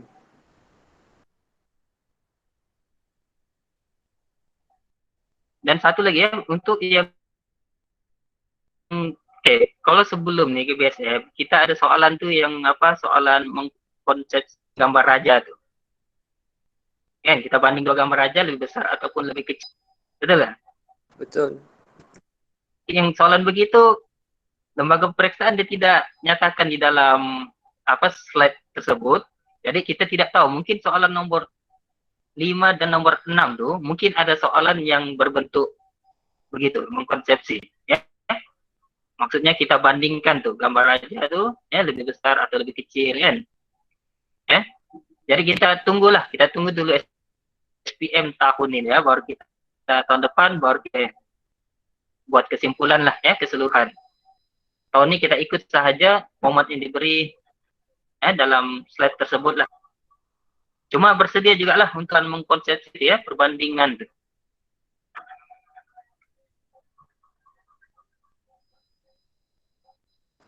Oke, cikgu, terima kasih. Okey, Cikgu Omar, saya bacakan soalan pelajar ni dalam Oke, ada message soalan ni. di sini ya. Dia tanya, Ya, ada. Ya. Okey, Cikgu Omar boleh baca juga kan? Okey. Alat kan? Oke. Dekat bahagian message Oke, tu, Cikgu, Omar. kalau ada calon tu buat alat dan bahan tu rosak, jadi apa tindakan atau akibatnya? Ataupun ketika alat itu mau dipakai tiba-tiba rosak, jadi apa? Itu oke, dulu. Oke, maksudnya di sini ya. Oke, untuk radas dan bahan nih ya, pelajar jangan risau ya. Pelajar jangan risau, itu adalah tugas guru mata pelajaran ataupun tugas pembantu makmal. Mereka yang sediakan. Sekiranya kebiasaannya radas tersebut memang disediakan sebelum pelajar memulakan eksperimen. Sekiranya sebelum eksperimen itu didapati bahan ataupun radas digunakan itu rosak, pelajar minta alat ataupun radas yang barulah makmal ya. Jadi pelajar jangan risau alat itu rosak ya.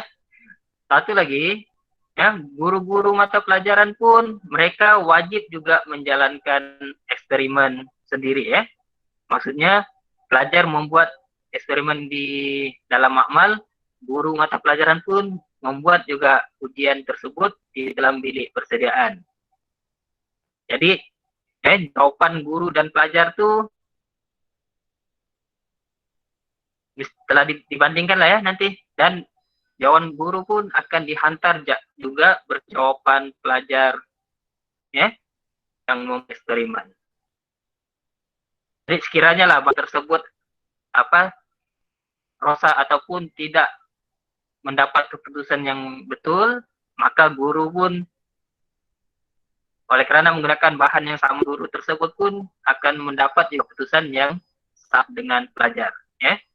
Jadi di situ adalah kelebihan dia lah ya, maksudnya setiap sekolah tuh bahan dan radasnya tidak sama ya. Jadi keputusan daripada guru tersebutlah yang menentukan keputusan pelajar juga ya. Kita soalan lain lagi.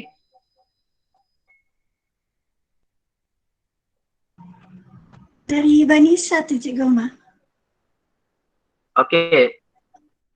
Menjalankan eksperimen ya. Oke, cikgu yang menjaga masa peperiksaan. Oke, oleh kerana peperiksaan adalah peperiksaan seluruh negara ya. Jadi untuk soalannya tuh memang sulit.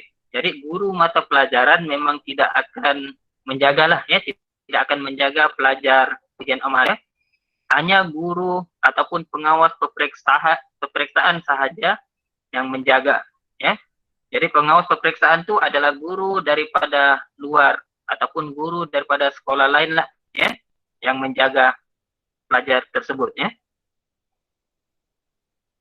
Itu jelas ya. Maksudnya sama macam peperiksaan biasa, maksudnya guru daripada luar tuh menjadi pengawas yang menjaga peperiksaan tersebut.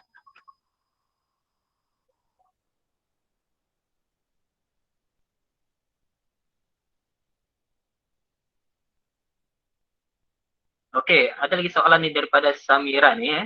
Oke, pengambilan markah tadi apa yang dinampak supaya dapat markah full. Oke, sebelum nih kita menggunakan kertas 3 kan, kertas 3 fizik. Jadi kertas 3 fizik tuh ya, soalan nomor 1 tuh adalah soalan yang dimana pelajar kena perhatikan kan, dan mencari bacaan. Jadi sama lah tuh, lebih kurang kalau soalan berpandu ya, soalannya lebih kurang macam kertas 3 KBSM soalan nomor 1 tuh. Maksudnya pelajar kena buat eksperimen ya, kena membuat bacaan, lepas tu menyatakan pun boleh ubah ya, lepas tu membuat jadual dan membuat graf. Jadi apa markah yang di dalam apa jawapan yang ditulis oleh pelajar itu ya, akan oleh akan oleh guru ya. Maksudnya sama, pemarkahannya tuh lebih kurang macam kertas 3 KBSM soalan nomor 1 tuh ya, soalan nomor 1. Maksudnya pelajar buat eksperimen, lepas tu menyatakan pun boleh ubah ya, menyatakan membuat bacaan nilai ya, lepas tu membuat jadual, membuat graf ya, lepas tu menyatakan hubungan ya. Jadi sama lah tuh ya, soalannya untuk yang berpandu soalannya lebih kurang macam, cuma berbeza untuk 3 KBSM plus amali ya. Jadi untuk KSSM pelajar membuat amali dan mencari bacaan ya, mencari nilai atau bacaan ya daripada eksperimen tersebut. Jadi boleh paham ya, boleh paham Amirah?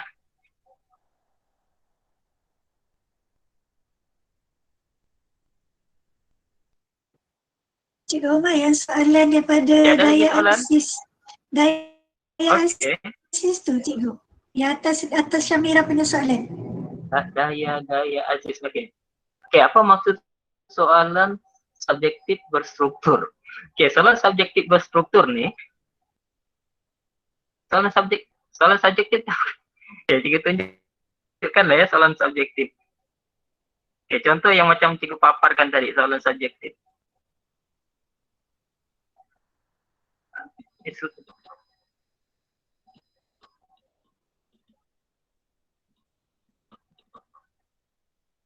Lepas tu dengan soalan dia, apa beza dengan soalan subjek respon terhad dengan respon terbuka? Itu yang daya asistannya. Okey, ya, kita tengok balik ya. Slide nampak slide ini? Masih nampak slide ni? Slide tak nampak. Okey, nampak. Oh, terkeluar sudah. Ya. Nampak sudah? Nampak dah. Okey, saya tunjuk balik ya.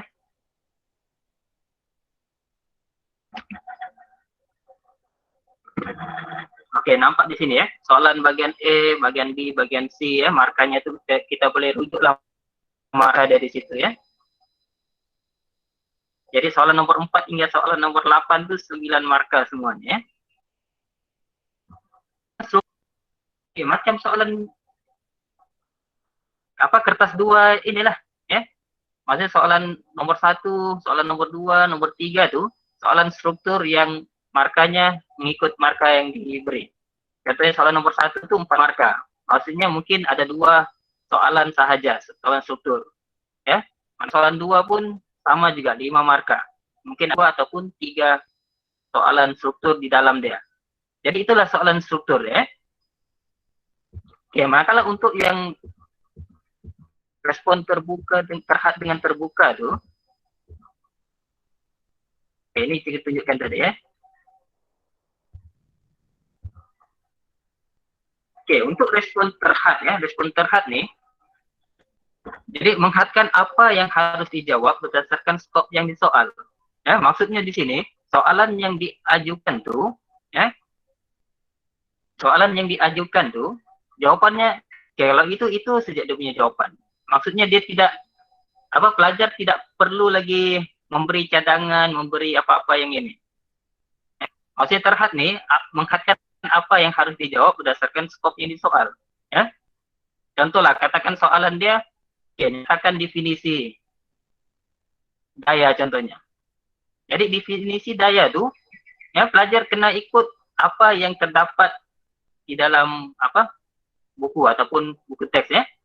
Maksudnya itu sahaja jawaban dia. Maksudnya kita tidak boleh bagi jawaban yang selain daripada yang itu. Maksudnya dia tidak soalan tu dia tidak memberi kebebasan pelajar tu memberi jawaban yang selain daripada yang itulah ya. Manakala untuk respon terbuka pula ya, pelajar memberi kebebasan yang luas kepada calon menggunakan pelbagai pendekatan. Oke, untuk lebih kepada soalan yang mereka cipta tadi ya. Maksudnya soalan yang 10 marka tadi, bagian B dan bagian C yang 10 marka tu. Oke, di situ pelajar boleh memberi pelajar boleh diberi kebebasan untuk memberi jawaban ya, dan dia punya sebabnya tadi ya. Jadi itu ada item respon terbuka ya. Soalan item respon terbuka ya.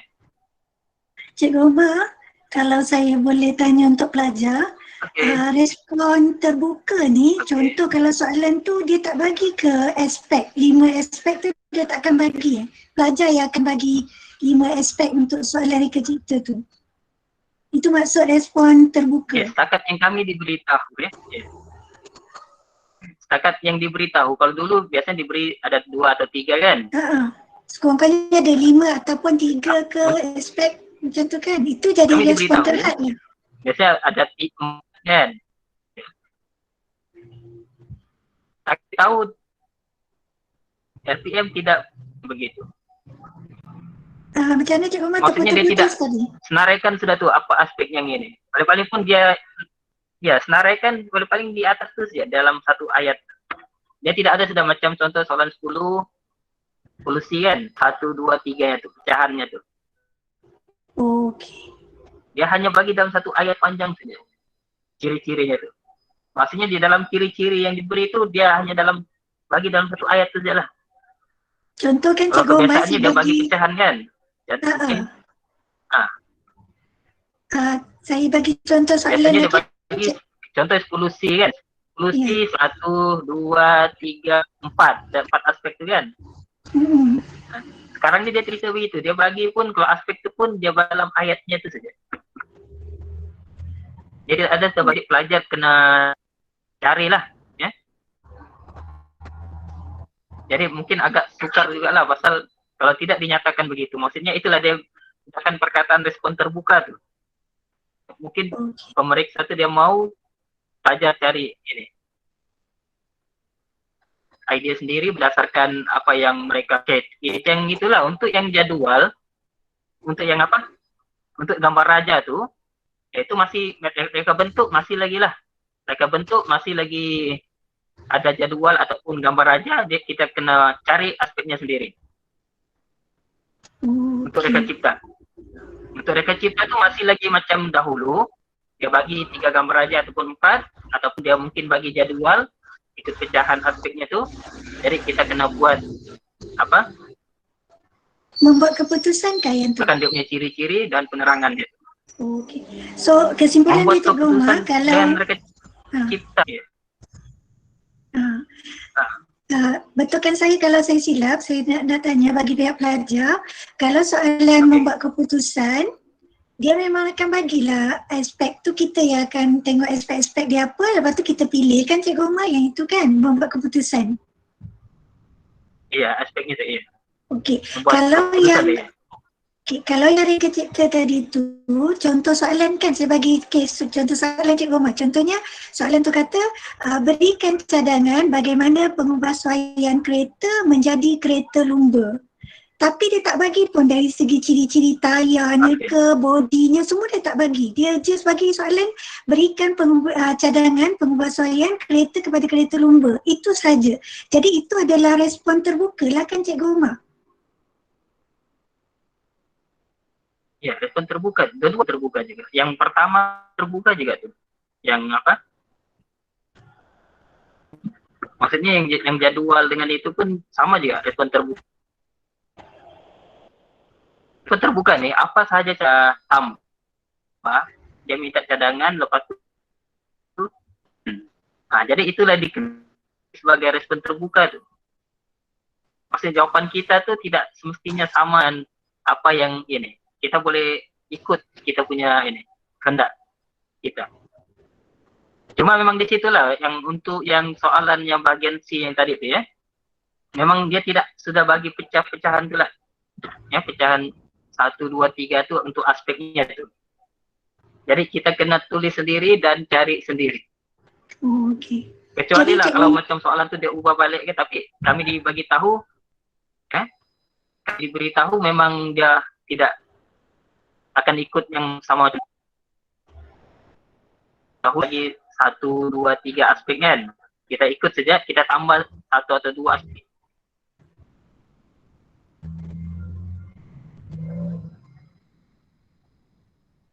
Okey. Maksudnya Cikgu Umar, kalau dia bagi aspek pun tetap kita kata dia respon terbuka ya? Iya. Pasal di situ dia ada cadangan betul. Dia punya sebab tu kan. Nah, di situ yang kita boleh apa? Respon terbuka tu. Apa saja sebab yang kita tulis, dia boleh diterima oleh pemeriksa tu. Yang penting dia masih lagi sesuai lah dengan jawapan. Okey. Contoh kan soalan dia bagi contohlah Cikgu Umar. Saya tanya bagi nanti pelajar akan faham juga. Contoh dia kata kereta lumba tadi, dia bagi aspek yang pertama dia kata dari segi bentuk bahagian hadapan, bodi bahagian hadapan. Aspek kedua dia bagi dari segi tayarnya macam mana. Okey, aspek ketiga mungkin dia bagi dari segi dia punya berat jisim dia. Contohnya lah jisim kereta itu. Jadi dia dah bagi dah aspek-aspek itu. Kalau dia dah bagi aspek itu, masih lagi dikira respon terbuka. Sedangkan pelajar kena jawab mengikut kepada aspek yang dia bagi. Jadi macam mana tu Cikgu Umar? Tu yang saya nak clarify juga. Okey, masih lagi tu respon terbuka tu. Pasal di situ, untuk dapatkan markah tu 10, kita kena buat penerangan dia di situ. Walaupun dia bagi ciri-ciri 3 tadi kan, contoh ada 4 ciri dia bagi. Jadi pelajar kena jawab juga berdasarkan ciri tadi, apa dia punya sebab atau penerangannya tadi. Di situ jawapan itu tidak sentiasa sama lah, maksudnya di situ terbuka lah dia. Okay. Tidak sama yang respon apa yang terhad tadi. Ya. Maksudnya di situ pelajar bebas untuk memberi jawaban berdasarkan ciri-ciri tadi.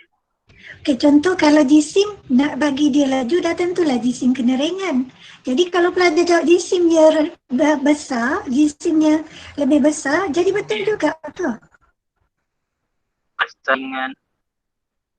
Lepas tu dari segi body dia kena aerodinamik supaya dia kurangkan rintangan udara. Tapi kalau pelajar jawab yang lain-lain pun boleh juga. Macam tu kan maksud respon terbuka. Okey, kebiasaannya apa? Dia ada macam slash betul kan dia punya jawapan. Okey, dia banyak pilihan jawapan yang kalau kita terima. Kebiasaannya kan dia ada slash kan. Ya. Maksudnya banyak pilihan. Jadi dia itu jadi suka tu. Okey, saya faham dah. Maksudnya Saya faham. kalau nanti pelajar jawab benda yang lain tak diterima pula. Maksudnya walaupun dia bagi aspek, dia masih lagi respon terbuka sebab pelajar boleh bagi macam-macam cadangan berdasarkan pada aspek yang dibagi tadi. Macam tu kan Cikgu Umar? Macam cadangan. Kalau respon terhad pula macam mana? Yang soalan kolom-kolom tu respon terhad ya? Yang ada decision making membuat keputusan. Yang tu memang respon terhad. Kolom yang soalan bagian B tu, yang buat keputusan tu. Itu pun kira ini juga tuh, terbuka juga tuh. Terbuka juga, pasal di situ dia ada penerangan di bagian belakang tuh. Kan penerangannya kan 5 marka tuh kan.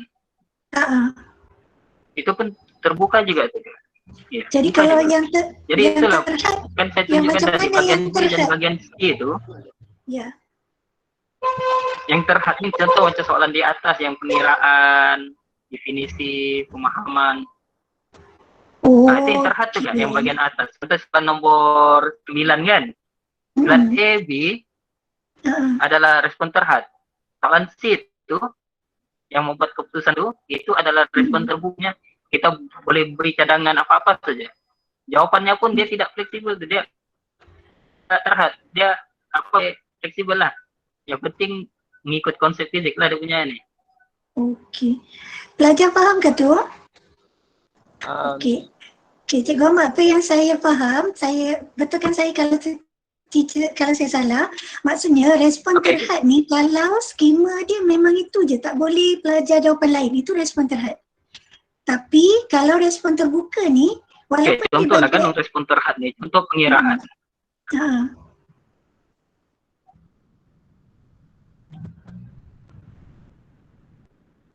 Tak dengar pula. Betul Kak, betul. Okey. Untuk respon terhad, biasaannya kalau dalam tajuk, dalam ini kan, contohlah soalan pengiraan. Soalan pengiraan tu jawapannya gitu. Jadi kita tidak boleh bagi jawaban lain. Jadi itu yang dikenali sebagai terhad. Okey, faham sudah. Saya sama juga untuk definisi kan, untuk definisi ataupun jadi, contohlah katakan dia bagi nyatakan prinsip. Nah, jadi contoh prinsip Bernoulli adalah mana kita boleh ubah. Iya. Kepada prinsip lain kan. Respon terhad. Iya. Nah, itu terhad kan? Yes. Kalau respon terbuka ni, walaupun dia bagi aspek, ada 5 aspek, dia bagi tetap respon terbuka sebab skema dia boleh macam-macam, pelajar boleh bagi cadangan. Macam tu kan Cikgu Umar? Skemanya boleh macam-macam. Yes. Iya. Okey. Pelajar faham ke tu? Salah satu lagi yang di belakang tu kan. Okey.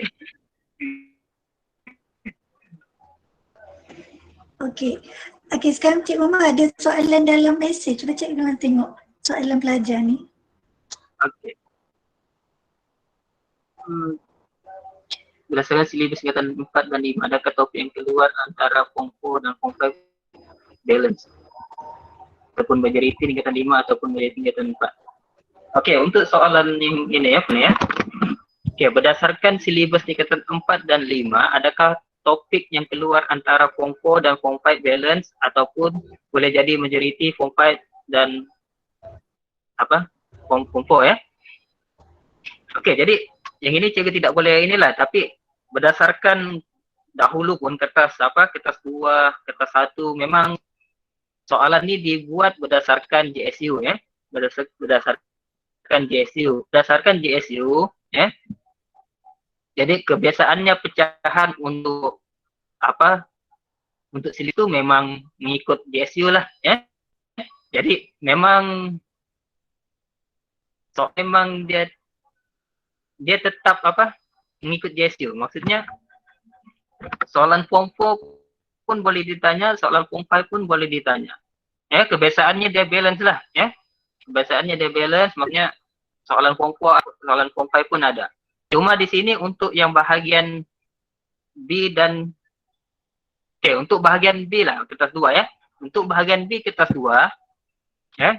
Kalau semasa KSSM dulu, yes, kebiasaannya soalan nomor 9 adalah tajuk tingkatan 4. Soalan nomor 10 adalah tajuk tingkatan 5. Ya. Jadi sama jugalah untuk KSSM, untuk bahagian B sama juga. Maksudnya tingkatan soalan nomor 9 itu tingkatan 4, soalan nomor 10 itu tingkatan 5. Ya. Cuma di sini untuk yang bahagian C ya. Ya, jadi untuk bahagian C ya. Ya, bagian C ini oleh karena satu soalan sahaja ya, satu soalan 20 mark.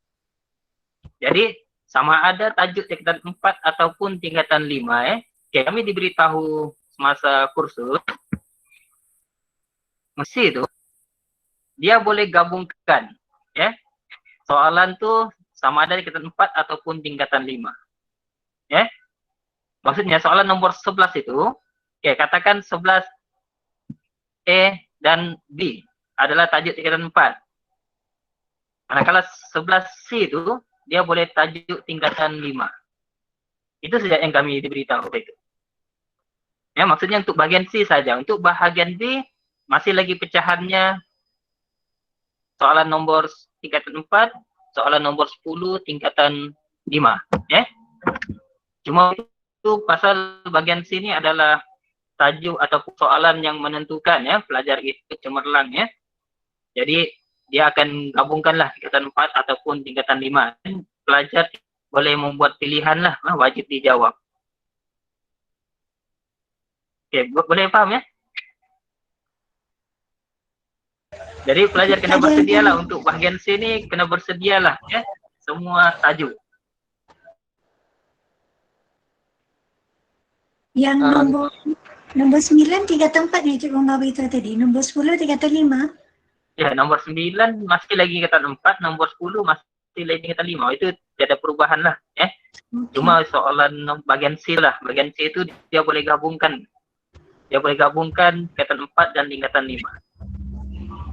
Dan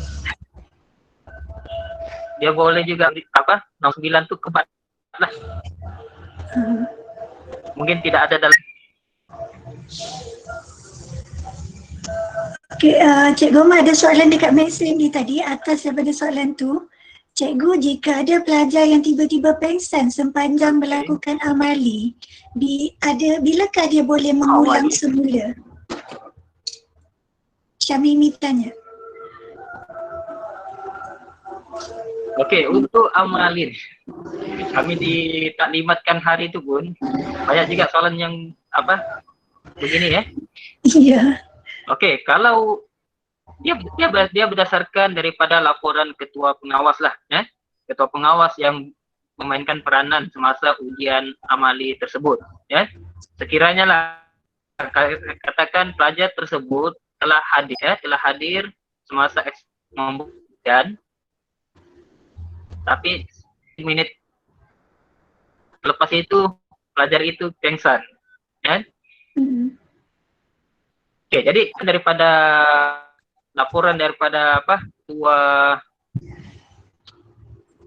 ketua pengawas tadi, apa laporan mereka keluarkan, jadi sekolah kena ikutlah ya. Maksudnya kalau tuh ditahan di hospital, jadi surat sakitnya itu kita boleh gunakan dia sebagai inilah ya, sebagai surat untuk dia menduduki balik ya. Tapi ini semua berdasarkan daripada laporan daripada ketua pengawas lah ya. Kalau pelajar itu tiba-tiba sakit ya, asal di situ pelajar itu telah hadir ya, pelajar tersebut telah hadir dan telah tulis nama, tulis apa, cuma dia tidak dapat selesaikan hal tersebut karena dia mengalami sakit kan, pingsan. Itu berdasarkan daripada ketua pengawas, laporan daripada ketua pengawas. Ya. Okay. Ada satu lagi soalan jadi ni. Kalau dikehendaki calon tersebut mengambil semula amali,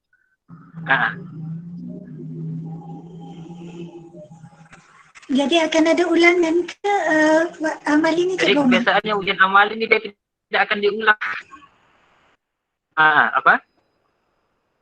Ada dia ulangan hanya sekali ke amali? Ujian amali ini. Oh, okey. Tidak ada nih. Tak Jadi ada dia ulangan tidak kan? hadir ataupun hadir saja.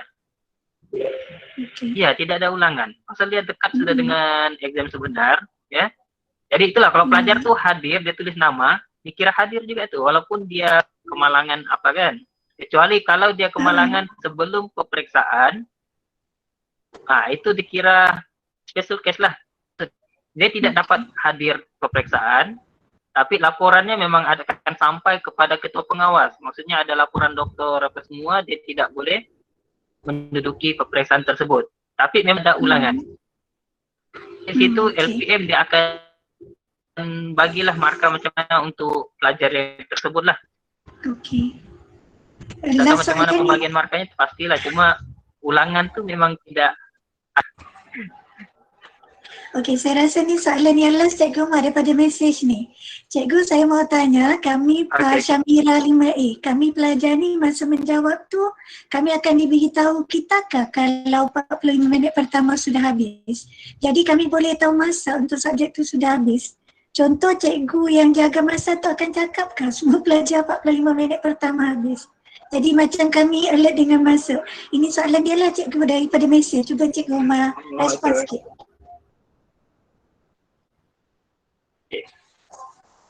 Okey, untuk masa tu kita macam masa peperiksaan lah. Kan kalau peperiksaan kertas 2, okey 2 jam setengah kan. Jadi pengawas tu dia akan sebutkan masa pertama tu saja. Dia tidak akan bagi tahu masa 40 minit telah tamat. Jadi pengawas tidak akan nyatakan. Maksudnya pelajar akan tengok di masa dalam 2 jam tu di sebelah belakang dengan sebelah depan. Jadi pelajar kena tengok sendiri masa ataupun atur sendiri masa mengikut kesesuaian. Mungkin ada amali yang pelajar tersebut cepat untuk siapkan. Ya, contoh katakan amali fizik senang. Jadi pelajar tu dapat siapkan dalam tempo setengah jam. Jadi selepas setengah jam tu pelajar tu boleh teruskan untuk amali kimia pula. Ya, sampai habis tempo kimia dia boleh teruskan untuk biologi. Dan pelajar pun kalau awal dia sebenarnya boleh keluar juga boleh keluar awal, tapi masa keluar tu mesti dikuarantin. Maksudnya Cikgu Umar, 45 minit ni Boleh adalah cadangan jelaskan. untuk 45 minit ni cadangan untuk setiap subjek. Cadangan saja, ya. Tapi sebenarnya once diorang Setiap masuk subjek. je dalam akmal, Supaya sama rata. diorang boleh campur-campur. Diorang boleh campur-campur je kan, buat kejap buat fizik, lepas tu dah habis tengok buat kimia, lepas tu buat fizik balik, boleh je kan Cikgu Umar campur-campur buat sampai boleh, habis boleh. masa, betul tu kan? Boleh, yang penting jawapannya akhirnya dapat semua. Itu saja, yang penting jawapan akhir dapat semua untuk ketiga-tiga subjek. Maksudnya Pasal boleh sekejap masa itu buat fizik, sekejap buat kimia, kan, boleh jadi je kita kan? boleh kita buat cepat, kita cepatkanlah ya. Iya. Syamira faham Iya, ke tu boleh. Syamira?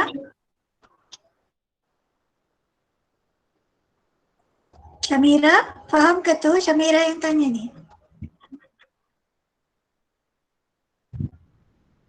Ada sudah tu. Ada sudah, Faham okey sudah, faham ada. tidak. Oh dia dah bagi dah, faham tidak.